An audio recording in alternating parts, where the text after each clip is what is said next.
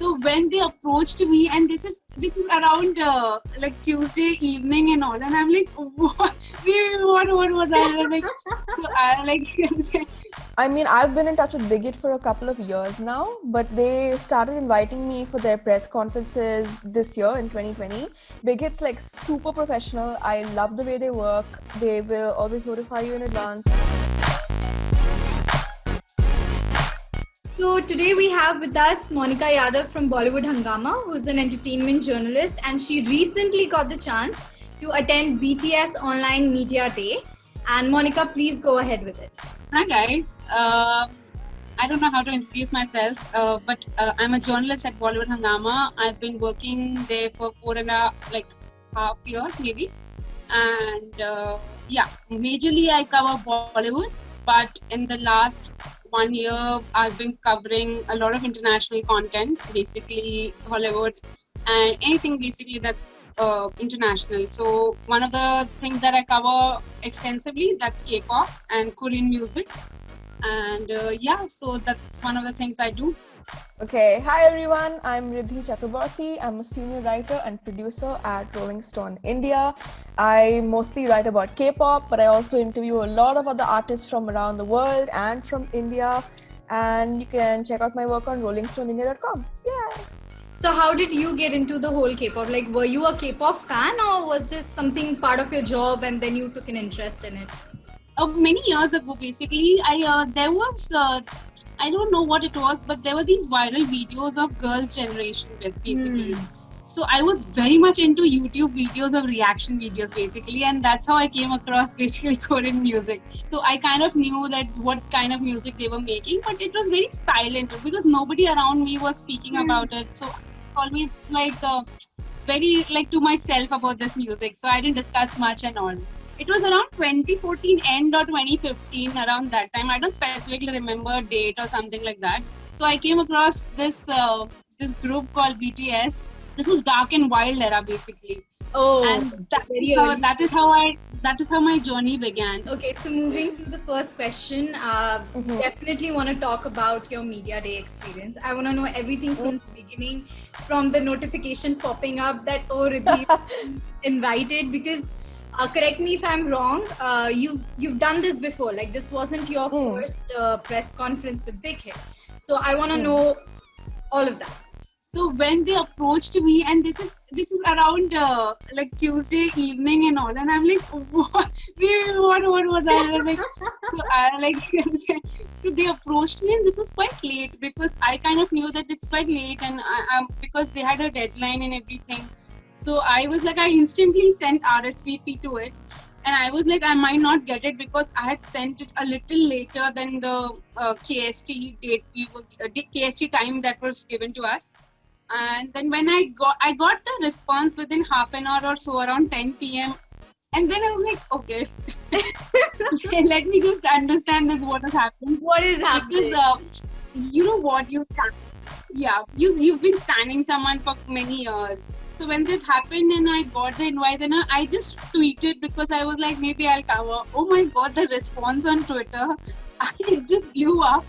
And I was like, what is happening? I see the amount of overwhelming DMs on my Instagram and basically Twitter.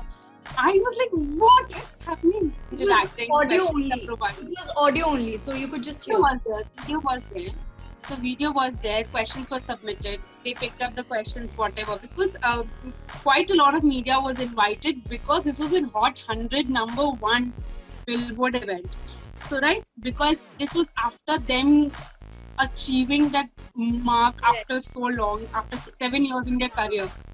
Basically, I mean, I've been in touch with Big Hit for a couple of years now, but they started inviting me for their press conferences this year in 2020. And we started with Big Hit's Map of the Soul 7, BTS's Map of the Soul 7 press conference, which was in Feb, right, when they dropped the album. So that one was, I think, more visible to the public, but they did contact me beforehand, to send in questions, things like that. That's quite lovely. They always do that. They always ask you if you have questions, we will, vet it and then send it in to be shown during the press conference. And that, I think, was like the most exciting one because it was the first one. So it really had me like shook. Like I was so privileged to be invited for that. And at that point of time, I was the only Indian press invited to attend. Right. Like as far as I know, definitely, I think like I was the only Indian press over there. And then after that, I have attended TXT PressCon, GFriend, and then this is my third BTS one. Big Hit's like super professional. I love the way they work. They will always notify you in advance. Most press cons like are good about that, but Right. I do love that they have like either English subtitles live or that they have it like dubbed over Translated. while you're listening. Yeah, so usually I love them that translator method the most, where while the press cons have happening, you have a translator like speaking over the group in English so that you can understand it, and you can do your live tweeting. It makes the experience so much easier.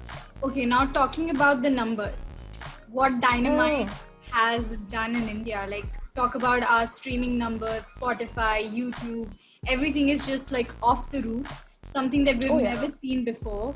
And definitely that resulted into BTS getting an interview with BTS.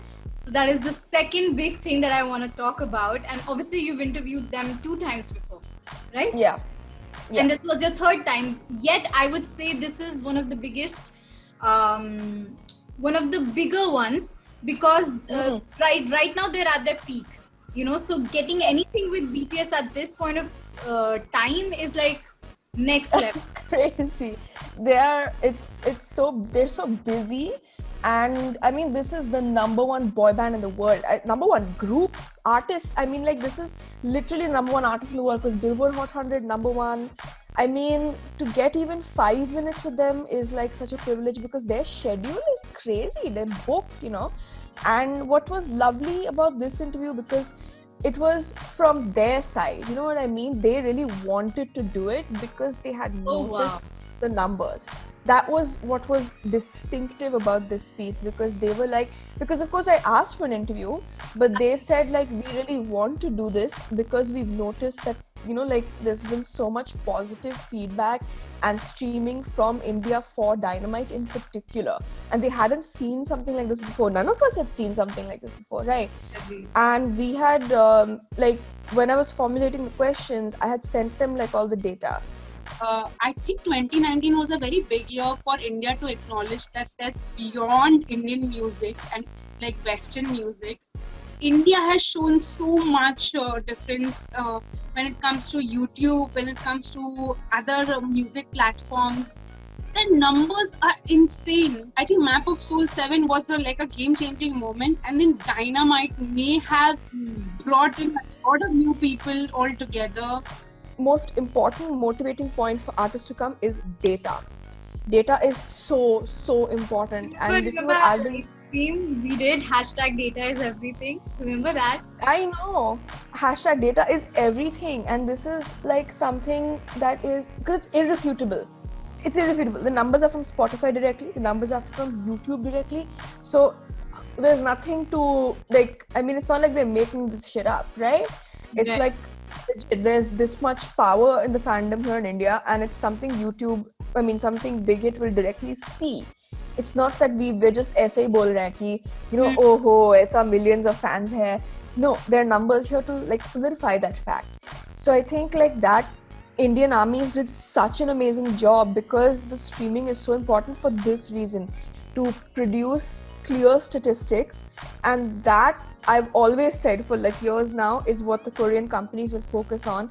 And now you're seeing the results, like the direct results of that is right in front of you. So there was no way Big Hit could have ignored this, because I think like the shock in itself would have wanted to make them say something, and they did.